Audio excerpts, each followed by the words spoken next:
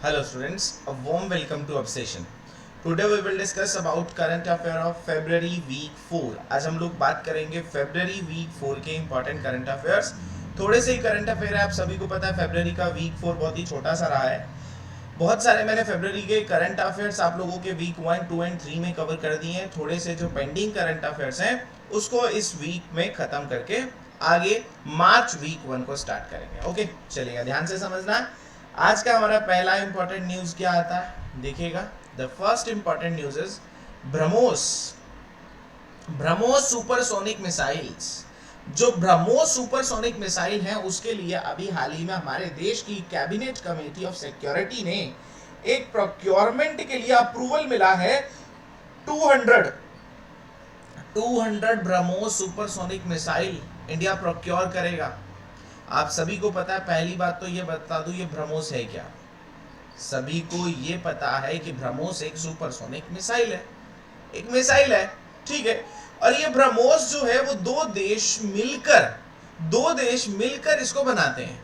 जैसे अगर मैं बात करूं वो दो देश कौन कौन से हैं, एक है हमारा इंडिया और दूसरा है हमारा इंडिया के साथ रशिया. इंडिया और रशिया दोनों मिलकर इसे बनाते हैं जो ब्रह्मोस मिसाइल है. अब बात करें ये ब्रह्मोस वर्ड कहां से आया. BRAHMOS, ब्रह्मोस. ब्रह्मोस में BRAH, ब्र जो आया वो किससे आया, ब्रह्मपुत्र रिवर से. हमारे इंडिया की famous river Brahmaputra. Moses is a river in Russia. Russia के अंदर एक रिवर बहती है, वो है मोसेस रिवर. तो इन दोनों की रिवर्स का नाम मिला और ये ब्रह्मोस वर्ड आ गया. तो ब्रह्मोस इंडिया और रशिया दोनों का जॉइंट वेंचर है. हमारे देश की गवर्नमेंट अभी हाल ही में ये कह रही है 200 ब्रह्मोस सुपरसोनिक मिसाइल को और खरीदेंगे. 19,000 करोड़ की लागत से इसे खरीदा जाएगा. कहां से खरीदा जाएगा, ब्रह्मोस एरोस्पेस प्राइवेट लिमिटेड नाम की कंपनी जो इंडिया और रशिया का जॉइंट वेंचर है. इंडिया और रशिया का जो जॉइंट वेंचर है ब्रह्मोस एरोस्पेस प्राइवेट लिमिटेड नाम की कंपनी, ये कंपनी सप्लाई करेगी हमारे देश की नेवी को ब्रह्मोस सुपरसोनिक मिसाइल. और उसके बदले हमारे देश की सरकार 19,000 करोड़ रुपया ये ब्रह्मोस एरोस्पेस प्राइवेट लिमिटेड को देगा. टोटल 200 ब्रह्मोस सुपरसोनिक मिसाइल बनाने का ऑर्डर मिल रहा है किसे, ब्रह्मोस एरोस्पेस प्राइवेट लिमिटेड नाम की कंपनी को. क्लियर हो गई बात. तो बस थोड़ा सा बताना था. ब्रह्मोस दो देशों का मिक्सचर, एक जॉइंट वेंचर है इंडिया और रशिया. ब्रह्मोस वर्ड कहां से आया, ब्रह्मपुत्र और मोसेस रिवर से. ब्रह्मपुत्र और मोसेस रिवर का मिक्सचर है. क्लियर है, चल गया पता. अब थोड़े टाइम पहले का न्यूज है कि ब्रह्मोस मैन्युफैक्चरिंग सेंटर इंडिया में भी खोल लिया जा रहा है. ये देखो, तो यहां पर आया राजनाथ सिंह जी ने इनोग्रेट किया BrahMos missile manufacturing unit in Lucknow. India का पहला BrahMos missile manufacturing unit. India का पहला ब्रह्मोस मिसाइल मैन्युफैक्चरिंग यूनिट कहां पर लगाई गई, इंडिया की ब्रह्मोस मिसाइल मैन्युफैक्चरिंग यूनिट लगाई गई यूपी के अंदर लखनऊ में. यूपी के अंदर लखनऊ नवाबों के शहर में ब्रह्मोस बनाने की अभी पहली मैन्युफैक्चरिंग यूनिट लगाई गई थी. ठीक है, अभी तो नहीं, टाइम तो हो गया इसे, लेकिन थोड़ा सा ब्रह्मोस के बारे में न्यूज चल रहा था तो मैं ये भी बता दूं कि पहली BrahMos missile manufacturing unit UP के लखनऊ में लगी है. ठीक है, पहला न्यूज क्लियर हो गया. 200 BrahMos supersonic missile Indian navy को मिलने वाली है. इसका ऑर्डर अभी हाल ही में ब्रह्मोस एरोस्पेस प्राइवेट लिमिटेड को मिला है. ठीक है, 19,000 करोड़ का ऑर्डर है. आगे बात करते हैं.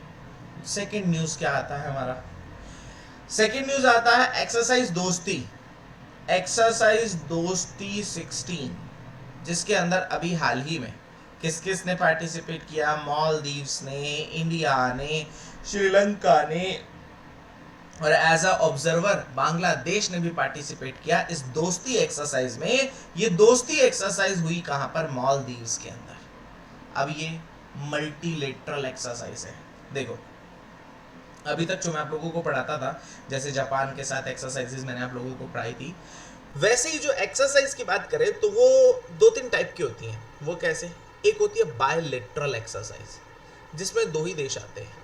एक होती है ट्राइलेटरल एक्सरसाइज जिसमें 3 देश आते हैं, एक होती है मल्टीलेटरल एक्सरसाइज जिसमें बहुत सारे देश आते हैं। तो ये जो एक्सरसाइज दोस्ती है, दोस्ती एक मल्टीलेटरल एक्सरसाइज है जिसमें Maldives, India, Sri Lanka, as observer Bangladesh सभी ने पार्टिसिपेट किया। और ये हुई कहां पर? मालदीव्स के अंदर ये एक्सरसाइज हुई, जिस एक्सरसाइज का नाम क्या है? दोस्ती 16। यहां पर पार्टिसिपेट करने के लिए हमारे देश की इंडियन कोस्ट गार्ड शिप समर्थ, उसके साथ इंडियन कोस्ट गार्ड शिप अभिनव, उसके साथ इंडियन कोस्ट गार्ड डॉर्नियर ने भी पार्टिसिपेट किया है। ये मालदीव्स गए थे, इंडिया के ये शिप्स समर्थ भी, अभिनव भी और डॉर्नियर भी, ये पार्टिसिपेट करा था इन्होंने। कहां पर? मालदीव्स में। कौन सी एक्सरसाइज में? उस एक्सरसाइज का नाम क्या है? दोस्ती 16। याद रखो, दोस्ती 16 एक मल्टीलेटरल एक्सरसाइज है। कहां पर हुई? आपका आंसर मालदीव्स। बस, ज्यादा घुसना नहीं है किसी न्यूज के अंदर, ऊपर ऊपर से जो इंपॉर्टेंट बातें हैं वो हमने पढ़नी है। मालदीव्स की बात चल रही है, मालदीव्स के अंदर एक्सरसाइज हुई दोस्ती 16 जिसमें इंडिया, मालदीव्स, बांग्लादेश और श्रीलंका ने पार्टिसिपेट किया। कोस्ट गार्ड की एक्सरसाइज थी। ठीक है, चलो ये दोनों न्यूज़ क्लियर हो गए। चलते हैं अपने नेक्स्ट न्यूज़ की और ये भी बहुत ही ध्यान से आप लोगों को देखना है, समझना है। ये आप लोगों को पता चल रहा होगा, दिलजीत सिंह चौधरी, पर्सनैलिटी का नाम क्या है? दिलजीत सिंह चौधरी, जो 1990 बैच के आईपीएस ऑफिसर हैं, ये अभी हाल ही में बने हैं director general of NSG, national security guard. National security guard के अभी हाल ही में, एनएसजी के अभी हाल ही में जो डायरेक्टर जनरल बने हैं, ये कौन बने हैं? ये बने हैं दिलजीत सिंह। सर ये हैं कौन? दिलजीत सिंह अभी सशस्त्र सीमा बल के भी डायरेक्टर जनरल हैं। मतलब दिलजीत सिंह दो सेनाओं के, दो फोर्सेस के डायरेक्टर जनरल हैं। सशस्त्र सीमा बल के भी हैं, एनएसजी के भी हैं, बिल्कुल हैं। परमानेंट तो सशस्त्र सीमा बल के हैं। जो एनएसजी के अभी बनाए गए हैं, ये टेम्परेरी बनाए गए हैं, एडिशनल चार्ज दे दिया गया। जब तक किसी नए पर्सन की अपॉइंटमेंट एज अ परमानेंट नहीं हो जाती है, तब तक दिलजीत सिंह चौधरी एनएसजी और सशस्त्र सीमा बल, एनएसजी और एसएसबी दोनों के डायरेक्टर जनरल रहेंगे। ठीक है, तो यहां पर याद रखना है, सशस्त्र सीमा बल के जो डायरेक्टर जनरल हैं, जिनका नाम दिलजीत सिंह चौधरी है, वो अभी एनएसजी के भी डायरेक्टर जनरल बने हैं। ठीक है, चलो पता चल गया। ये एनएसजी क्या है, ये सशस्त्र सीमा बल क्या है?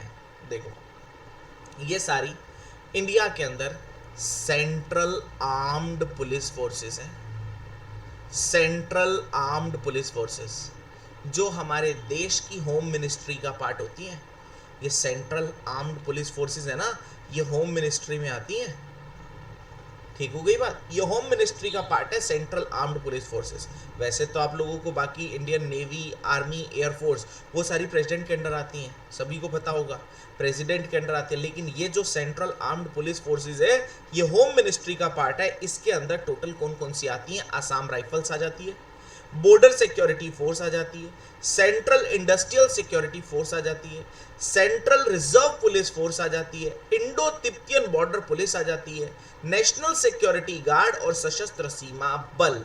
ये हमारे साथ जो हैं सेंट्रल आर्म्ड पुलिस फोर्सेस के पार्ट है, जो होम मिनिस्ट्री का पार्ट है। क्लियर है? तो अभी हाल ही में नाम आपको पता चले, एक है Assam rifles, border security force, central industrial security force जो मेट्रो स्टेशन, एयरपोर्ट्स पर होते हैं ना, आपने देखे होंगे सीआईएसएफ वाले, CRPF central reserve police force, ITBP Indo Tibetan border police, national security guard black commandos और एसएसबी सशस्त्र सीमा बल। ठीक है, तो अभी हाल ही में ये सशस्त्र सीमा बल और एनएसजी के डायरेक्टर जनरल कौन है? दिलजीत सिंह चौधरी। ठीक है, सारे न्यूज़ आप लोगों को पता चल गए और ये सेंट्रल आर्म्ड पुलिस फोर्सेस साथ के साथों के नाम आपको पता चल गए, कौन सी मिनिस्ट्री का पार्ट है, ये होम मिनिस्ट्री का पार्ट होती है। ठीक है, चलिए आगे बात करते हैं नेक्स्ट न्यूज़ की और नेक्स्ट न्यूज़ आते हैं, मलेशिया के नए किंग बने। चलो वहाँ पर किंग चलते हैं। 17th किंग ऑफ मलेशिया 5 साल के लिए बनाए गए, जिनका नाम सुल्तान इब्राहिम इस्कंदर। सुल्तान इब्राहिम इस्कंदर, सुल्तान इब्राहिम इस्कंदर, सुल्तान इब्राहिम इस्कंदर। थोड़ा सा नाम याद रखने पड़ेंगे जो जो नई अपॉइंटमेंट्स हो रही हैं। सुल्तान इब्राहिम इस्कंदर बने अभी हाल ही में मलेशिया के नए किंग।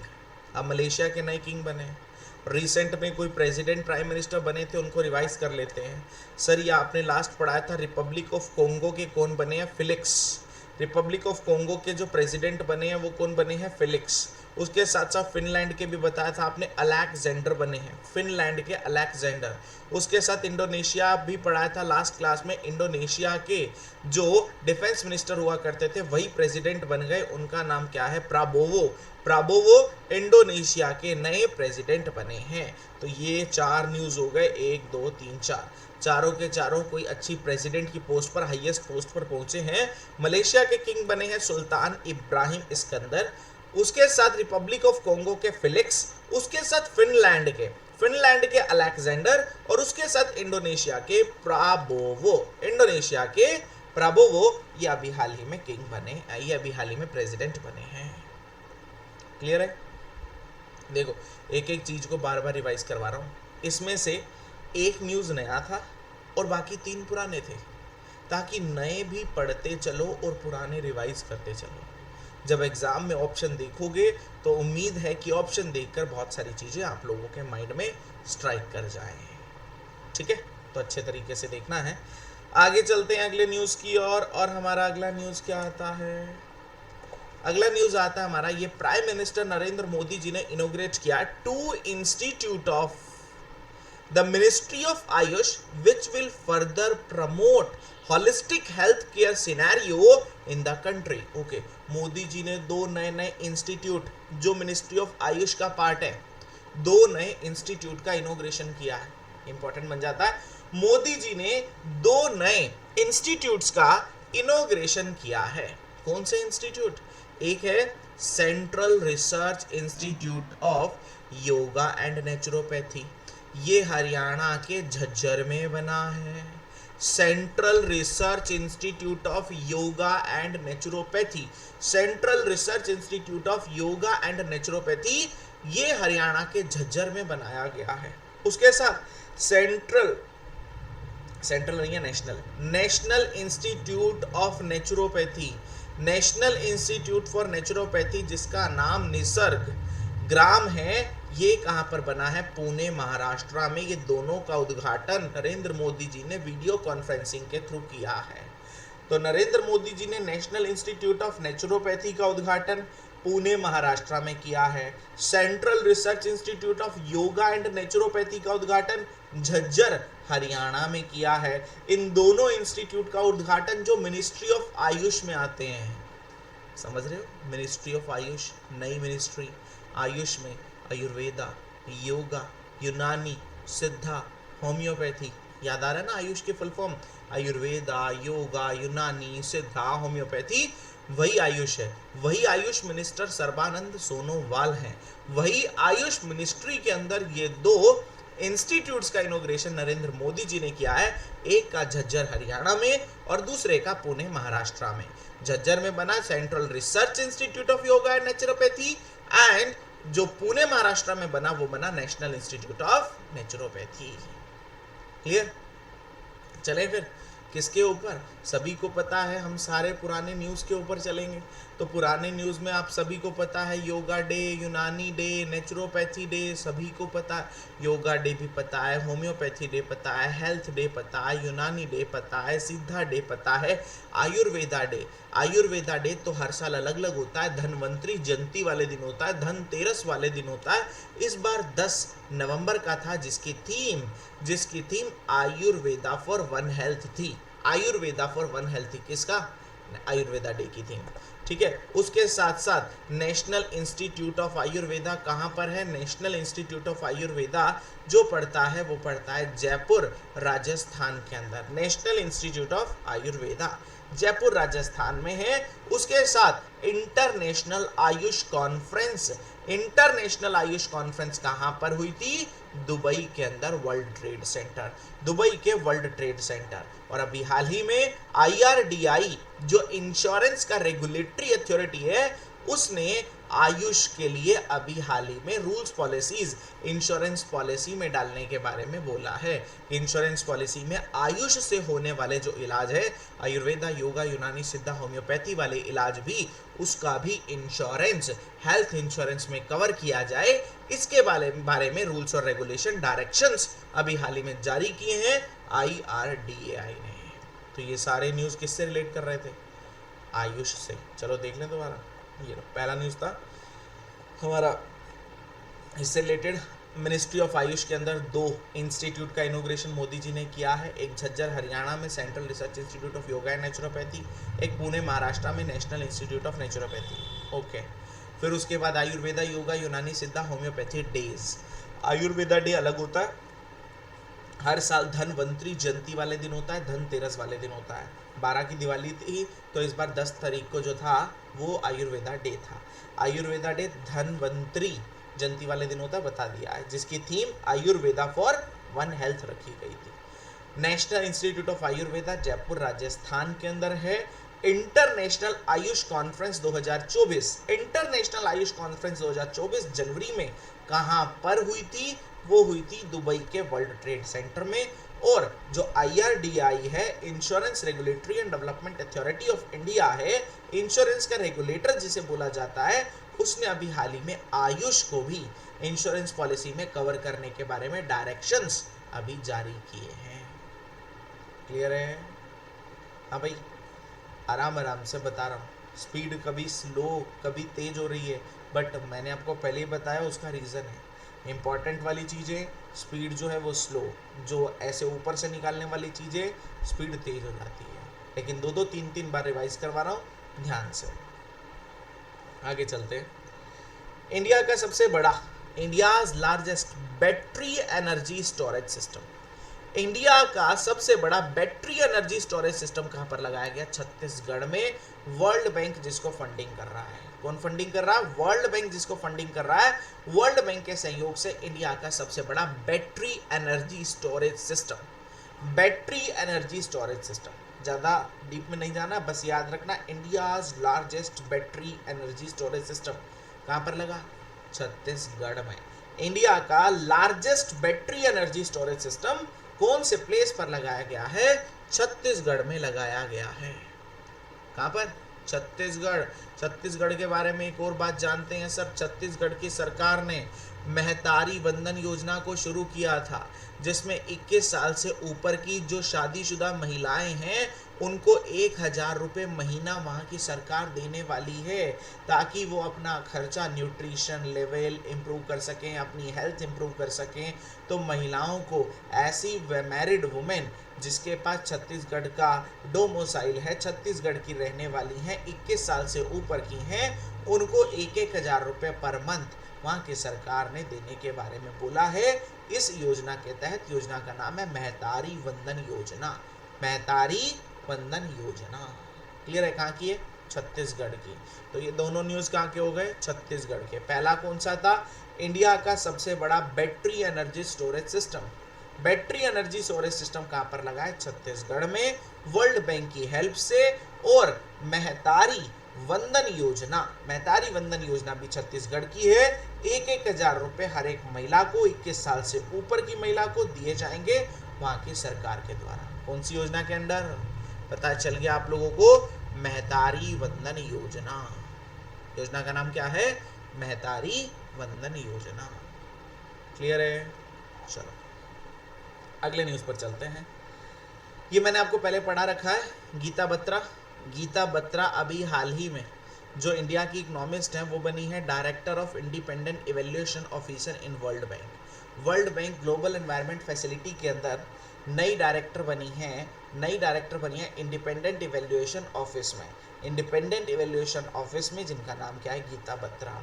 और वर्ल्ड बैंक के अंदर बनी है। तो वर्ल्ड बैंक आप सभी को पता है, वर्ल्ड बैंक जो है वो बनाया गया था ब्रिटेन वुड्स ट्विंस में। ब्रिटेन वुड्स क्या है? यूएसए के अंदर एक शहर है। यहाँ पर 1944-45 में एक समिट हुआ था, जिस समिट का नाम था ब्रिटेन वुड कॉन्फ्रेंस। वहाँ पर ये 2 जुड़वा बच्चे पैदा हुए थे।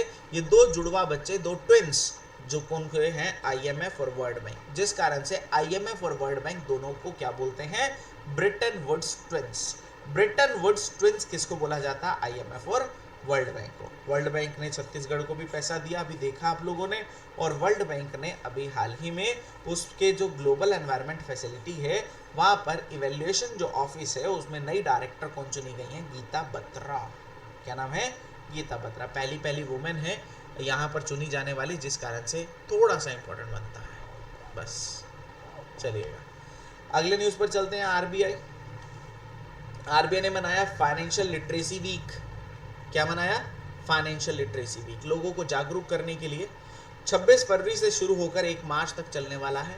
26 फरवरी से शुरू होकर 1 मार्च तक चलने वाला है फाइनेंशियल लिटरेसी वीक। कौन सा week, financial literacy. Financial literacy मतलब पता है ना, लोगों को फाइनेंशियल लिटरेसी होता है, जैसे उनको डेबिट कार्ड के बारे में, क्रेडिट कार्ड के सब बारे में, ऑनलाइन पेमेंट्स के बारे में समझाना, ठीक है। उसके साथ साथ मतलब लोगों को जो बैंकिंग लाइन के साथ कनेक्ट करने के लिए उसको जागरूक करना, ठीक है, वही होती है फाइनेंशियल लिटरेसी। तो फाइनेंशियल लिटरेसी पता चल गया, उसी के लिए वीक मनाया गया 26 से लेकर 1 मार्च तक, 26 फरवरी से लेकर 1 मार्च तक, जिसका theme make a right start become financially smart. Make a right start become financially smart, पुराना न्यूज़ है, पढ़ रखा है आपने। Make a right start become financially smart. अगले न्यूज़ पर चलते हैं। अगला न्यूज़ बहुत इंपॉर्टेंट है, ये आज का वेरी इंपॉर्टेंट न्यूज़ आता है, ठीक है। इंडिया के लोकपाल बने अजय मानिक राव खानविलकर। अजय मानिक राव खानविलकर बने इंडिया के चेयरपर्सन ऑफ लोकपाल। इंडिया के चेयरपर्सन ऑफ लोकपाल। भाई लोकपाल सभी को पता है, अन्ना हजारे जी ने मांग की थी लोकपाल को बनाने की। लोकपाल 2013-14 की जो मांग थी उसको 2019 में पूरा किया गया। 2019 में इंडिया में पहले लोकपाल बनाए गए थे, पिनाकी चंद्र घोष। 2019 में इलेक्शन थे, इलेक्शन में जब सरकार को लगा कि जनता दोबारा उठ सकती है, लोकपाल का ऑफिस तो 2014 में जब अन्ना हजारे जी की रैली थी, अन्ना हजारे जी को शांत कराने के लिए वहाँ पर कह दिया चलो बना देंगे, ठीक है, लोकपाल का ऑफिस बना दिया, लेकिन कोई लोकपाल का हेड ही नहीं बनाया, लोकपाल का चेयरपर्सन बनाया ही नहीं। अब लोकपाल का चेयरपर्सन नहीं बनाया, लेकिन 2019 में जब इलेक्शन टाइम आया फिर बना दिया, तो पहले लोकपाल बनाए गए। और अब दोबारा इलेक्शन टाइम चल रहा है, इंडिया के दूसरे लोकपाल बने हैं, उनको रिप्लेस कर दिया गया है, उनकी ड्यूरेशन पूरी हो गई थी। फिर उसके बाद थोड़े समय के लिए जो बने थे वो प्रदीप कुमार मोहंते बने थे। प्रदीप कुमार मोहंते वो टेम्परेरी वाले बने थे। अब इंडिया में परमानेंट वाले सेकंड लोकपाल बने हैं, जिनका नाम क्या है, अजय मानिक राव खानविलकर। अजय मानिक राव खानविलकर अभी हाल में बने हैं सेकंड लोकपाल ऑफ इंडिया। बहुत इंपॉर्टेंट न्यूज़ है, अजय मानिक राव याद रख लीजिएगा, इंडिया में लोकपाल बने हैं। लोकपाल का क्या काम करता पता है ना, हमारे देश में जो भी सेंटर ऑफिसर्स होते हैं, ऑफिसर्स के काम के ऊपर चेकिंग करने का काम होता है। मतलब जो वो काम कर रहे हैं उनको रोकने का भी पावर होती है लोकपाल के पास। ये नहीं कि कुछ भी करते रहें और वो चलता रहेगा। लोकपाल के पास पावर है कि उनके काम को रोक सकते हैं, उनसे अकाउंटेबिलिटी मांग सकते हैं कि आपने ये काम कैसे, कब और क्यों किया है। वो लोकपाल होता है। बाकी देशों में था, यहाँ पर बड़े ऑफिसर्स को कोई कुछ नहीं कह सकता था, जिस कारण से लोकपाल बनाया गया था, ठीक है। तो पता चल गया लोकपाल होता क्या है, और इंडिया में लोकपाल के नए चेयरपर्सन कौन बने हैं, जिनका नाम क्या है, अजय मानिक राव। चलिए अगले न्यूज़ पर चलते हैं। Central excise day. कौन सा डे है, एक्साइज। और तुम्हें पता है एक्साइज क्या होता है सर? एक्साइज जो ड्यूटी होती है वो प्रोडक्शन पर लगती थी। इंडिया में एक्साइज ड्यूटी को बंद कर दिया गया, क्योंकि क्या लेकर आए, जीएसटी। तो एक्साइज की इंपॉर्टेंस तो नहीं रही है, लेकिन फिर भी 24 फरवरी को कौन सा डे मनाते हैं, एक्साइज डे। कौन सा डे, एक्साइज डे मनाते हैं। क्लियर है। अब इसको बनाता कौन था, पहले तो मैं थोड़ा सा टैक्स के बारे में समझा दूं। वैसे सभी को पता है हमारे देश में जो टैक्सेशन है, सभी को पता है 2 टाइप का होता है ना। इंडिया में सर टैक्स दो टाइप का होता है, कौन कौन सा होता है? एक होता है डायरेक्ट टैक्स, एक होता है इनडायरेक्ट टैक्स। डायरेक्ट टैक्स की बात करें जिसमें डायरेक्ट टैक्स की बात करें जिसमें कौन सा आता है? इनकम टैक्स आता है, वेल्थ टैक्स आता है, कॉर्पोरेट टैक्स आता है, वो डायरेक्ट टैक्स होते हैं। इनडायरेक्ट टैक्स की बात करें जिसमें जीएसटी आता है, जीएसटी के साथ साथ और कौन सा टैक्स आता है? सर जीएसटी आता है, कस्टम ड्यूटी, इसी का ही पार्ट है इनडायरेक्ट टैक्स का। डायरेक्ट टैक्स को इकट्ठा कौन करता है? एक ऑर्गेनाइजेशन जिसका नाम है सीबीडीटी। क्या नाम है? CBDT, central board of direct tax. Central board of direct tax. Indirect tax को इकट्ठा करने के लिए पहले एक ऑर्गेनाइजेशन था CBEC, central board of excise and custom. Excise खत्म हो गया तो इस डिपार्टमेंट का नाम चेंज करके सीबीआईसी रख दिया, central board of indirect tax and custom. Central board of indirect tax and custom, एक है CBDT, central board of direct tax, और एक है central board of indirect tax and custom. ठीक है, तो याद रखिएगा सीबीडीटी और सीबीआईसी के बारे में, ये डायरेक्ट के लिए, इनडायरेक्ट के लिए। एक्साइज ड्यूटी इनडायरेक्ट थी तो पहले इसे सीबीसी इकट्ठा करता था, अब एक्साइज ड्यूटी बंद हो गई, सीबीईसी का भी नाम चेंज हो गया, सीबीआईसी हो गया। ओके, आगे चलते हैं नेक्स्ट न्यूज पर। पाकिस्तान के बाबर आजम ये बने हैं fastest batter to score 10,000 run in टी20 क्रिकेट। टी20 में सबसे तेजी से 10,000 रन बनाने वाले, टी20 के करियर में सबसे तेजी से रन बनाने वाले, सबसे तेजी से 10,000 रन को पूरा करने वाले जो प्लेयर बने हैं उनका नाम क्या है? बाबर आजम। कौन से देश से रिलेट करते हैं? पाकिस्तान से। तो याद रखना है, पाकिस्तान के बाबर आजम सबसे तेजी से 10,000 रन बनाया इन्होंने टी20 क्रिकेट के इतिहास में। ठीक है, बस ज्यादा नहीं है, आगे बात कर लेते हैं अगले न्यूज पर। और हमारा अगला न्यूज क्या आता है देखिएगा ध्यान से। ये है day, world day of social justice. 20th of February को मनाया जाता है world day of social justice. World day of social justice 20th of February को मनाया जाता है, जिसका थीम क्या है? Bridging gap, building alliance. Bridging gap, जो गैप को भर देना है, बिल्डिंग अलायंस। कौन सा डे है? World day of social justice. World day of social justice 20th of February को मनाया जाता है। तो ये सारे न्यूज थे जो फरवरी के पेंडिंग थे, जो मैंने आप लोगों को कवर करा दिए हैं। थोड़े से न्यूज थे, अब हम बात करेंगे मार्च के फर्स्ट वीक के ऊपर अपनी नेक्स्ट क्लास में। ठीक है, आज के लिए इतना ही। Thank you to all of you, thank you so much. मिलते हैं अपने नए न्यूज के साथ मार्च के वीक 1 में। ठीक है, अच्छे तरीके से रिवाइज करते चलो, पुराने वाली चीज़ों को और नई वाली चीज़ों को देखते चलो। Okay, thanks to all, thank you so much.